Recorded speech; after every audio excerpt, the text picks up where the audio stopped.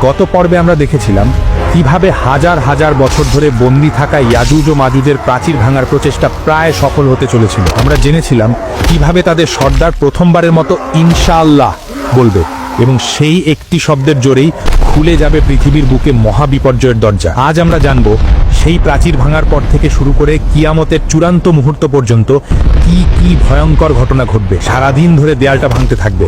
দিন শেষে যখন দেয়ালটা প্রায় ভেঙে পড়ার মতো অবস্থায় চলে আসবে, তখন তাদের সর্দার হয়তো আল্লাহর ইচ্ছাতেই বলে উঠবে, আজকের মতো এখানেই থামো, ইনশাআল্লাহ বাকি কাজটা আমরা আগামীকাল এসে শেষ করব। সেই একটা মাত্র শব্দ ইনশাআল্লাহ তাদের হাজার হাজার বছরের চেষ্টাকে সফল করে দেবে। পরের দিন সকালে যখন তারা ফিরে আসবে, তখন তারা দেখবে দেয়ালটা ঠিক তেমনই ভাঙা অবস্থায় আছে যেমনটা তারা দেখে গিয়েছিল।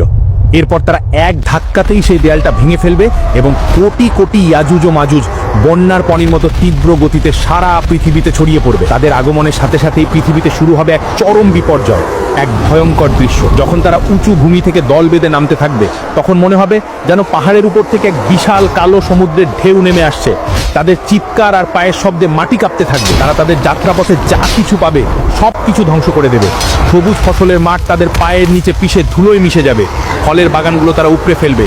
শহরের পর শহর তারা জ্বালিয়ে পুড়িয়ে ছারখার করে দেবে। যখন তারা জেরুজালেমের তাবেরিয়া লেকের পাশ দিয়ে যাবে, তখন তাদের প্রথম দলটি সেই লেকের সমস্ত পানি পান করে শেষ করে ফেলবে। লেকটি একদম শুকিয়ে মরুভূমির মতো হয়ে যাবে।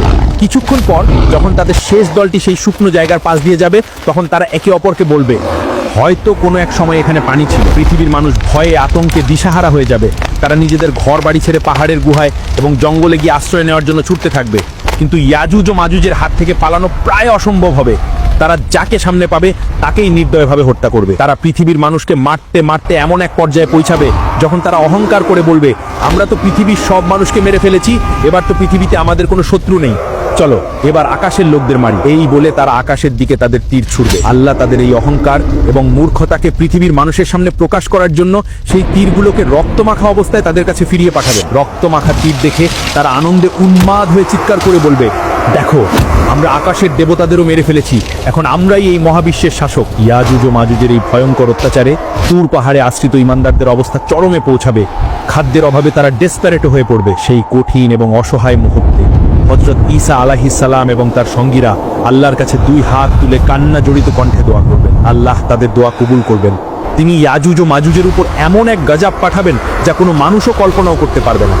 তিনি কোনো বিশাল সেনাবাহিনী বা ভয়ঙ্কর ঝড়ও পাঠাবেন না। আল্লাহ তাদের ঘাড়ে নাগাফ নামের এক ধরনের পোকা পাঠিয়ে দেবেন, যা দেখতে পঙ্গপালের মতো হবে। সেই পোকাগুলো রাতের অন্ধকারে ইয়াজুজ ও মাজুজের ঘাড়ের মধ্যে ঢুকে তাদের শরীরকে ভিতর থেকে খাওয়া শুরু করবে। কোটি কোটি ইয়াজুজ ও মাজুজ যারা একটু আগেও নিজেদেরকে পৃথিবীর শাসক বলে দাবি করছিল, তারা এই ছোট্ট পোকার আক্রমণে এক মুহূর্তের মধ্যে পোকা মাকড়ের মতো ছটফট করতে করতে মারা যাবে। এক রাতের মধ্যেই তাদের বিশাল বাহিনীর একজনও জীবিত থাকবে না। তারা সবাই একসাথে পচে গলে এমনভাবে মারা যাবে যে তাদের মরাদেহের দুর্গন্ধে পৃথিবীর বাতাসে নিঃশ্বাস নেওয়াটাই কঠিন হয়ে যাবে। সকালে যখন হযরত ঈসা আলাইহিস সালাম এবং তার সঙ্গীরা পাহাড় থেকে নিচে নেমে আসবেন, তখন তারা দেখবেন পৃথিবীর বুকে এক বিঘত জায়গাও খালি নেই যা ইয়াজুজ ও মাজুজের পচা গলা লাশে ভরে যায়নি। সেই অসহনীয় দুর্গন্ধে যখন পৃথিবীতে শ্বাস নেওয়াটাই কঠিন হয়ে যাবে, তখন হযরত ঈসা আলাইহিস সালাম আবার আল্লাহর কাছে দোয়া করবেন। আল্লাহ তখন উটের ঘরের মতো বিশাল বিশাল আকারের পাখি পাঠাবেন।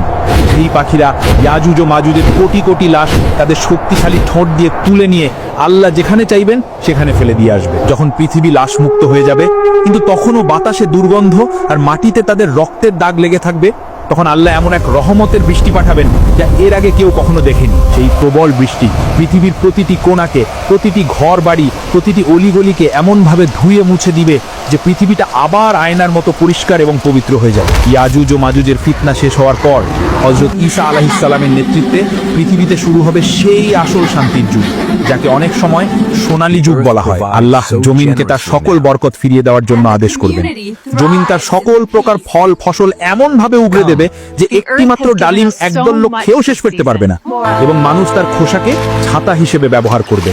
দুধের মধ্যে এত বরকত হবে যে একটি মাত্র উটের দুধ একটি বিশাল গোত্রের জন্য যথেষ্ট হবে। পৃথিবী থেকে সকল প্রকার জুলুম, অত্যাচার, হিংসা বিদ্বেষ উঠে যাবে।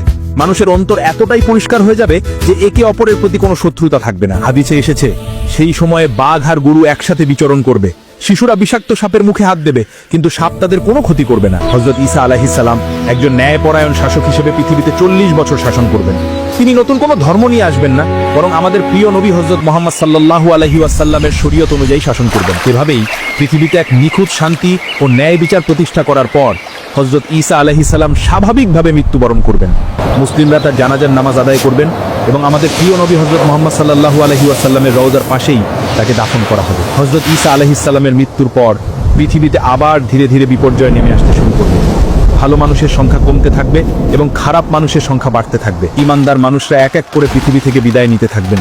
দিনী জ্ঞান ধীরে ধীরে উঠে যাবে আর পৃথিবী আবার অজ্ঞতা আর পাপাচারের অন্ধকারে ডুবে যেতে শুরু করবে। এমন এক সময় আসবে যখন পৃথিবীতে আল্লাহ নামটি নেওয়ার মতো আর কোনো লোক থাকবে না। হাদিসে এসেছে, সেই সময় পৃথিবীর বুকে সবচেয়ে নিকৃষ্ট লোকেরাই বেঁচে থাকবে। তারা পশুর মতো নির্লজ্জভাবে প্রকাশ্যে রাস্তায় দাঁড়িয়ে খারাপ কাজে লিপ্ত হবে এবং তাদের উপরেই কিয়ামত সংঘটিত হবে। ঠিক সেই চূড়ান্ত অধঃপতনের মুহূর্তে প্রকাশ পেতে শুরু করবে কিয়ামতের সেই শেষ এবং সবচেয়ে ভয়ঙ্কর আলামতগুলো। হঠাৎ করে কোনো রকম পূর্ব সতর্কবার্তা ছাড়াই পৃথিবীর 3টি বিশাল অংশ মাটির নিচে দেবে যাবে। এটি কোনো সাধারণ ভূমিকম্প বা ভূমিধস হবে না। একটি বড় ভূমিধস ঘটবে পৃথিবীর পূর্বে, আরেকটি ঘটবে পৃথিবীর পশ্চিমে, এবং তৃতীয় ও শেষ ভূমিধসটি ঘটবে আরব পরিদ্বীপে। এই ভূমিধসগুলো এতটাই বিশাল এবং আকস্মিক হবে যে চোখের পলকে বিশাল বিশাল শহর, নগর, জনপদ সবকিছু মাটির নিচে চিরদিনের জন্য হারিয়ে যাবে। লক্ষ লক্ষ মানুষ কিছু বুঝতে ওঠার আগেই জীবন্ত কবরস্থ হয়ে যাবে। এই ভয়ঙ্কর ভূমিধসের কিছুদিন পরেই প্রকাশ পাবে কিয়ামতের আরও একটি বড় আলামত, তুফান বা ধোঁয়া। হঠাৎ করে পুরো আকাশ এক অদ্ভুত এবং রহস্যময় ধোঁয়ায় ঢেকে যাবে, যা 40 দিন পর্যন্ত স্থায়ী থাকবে। এই ধোঁয়া পৃথিবীর প্রতিটি কোণাকে এমনভাবে ঢেকে দেবে যে মানুষ দিন এবং রাতের মধ্যে কোনো পার্থক্য করতে পারবে না। তবে এই ধোঁয়ার প্রভাব সকল মানুষের উপর একরকম হবে না। যারা ঈমানদার তাদের উপর এই ধোঁয়ার প্রভাব হবে খুবই সামান্য। তাদের কাছে এটাকে শুধু হালকা সর্দি কাশির মতো মনে হবে। কিন্তু যারা অবিশ্বাসী তাদের জন্য এই ধোঁয়া হবে এক ভয়ঙ্কর আযাব। সেই ধোঁয়া তাকে নাক, কান এবং চোখ দিয়ে শরীরের ভিতরে প্রবেশ করে তাদের প্রচন্ড যন্ত্রণা দেবে। তাদের কাছে মনে হবে যেন তাদের মাথাটি আগুনের উপর রেখে ভাজা হচ্ছে।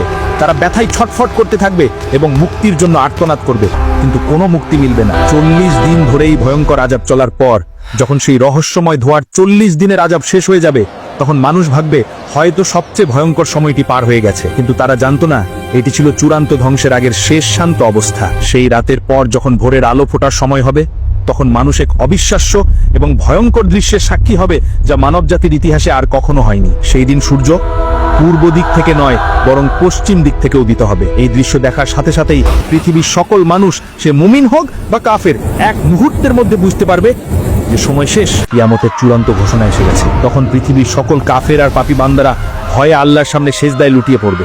তারা তাদের পাপের জন্য কান্না করে ক্ষমা চাইতে শুরু করবে।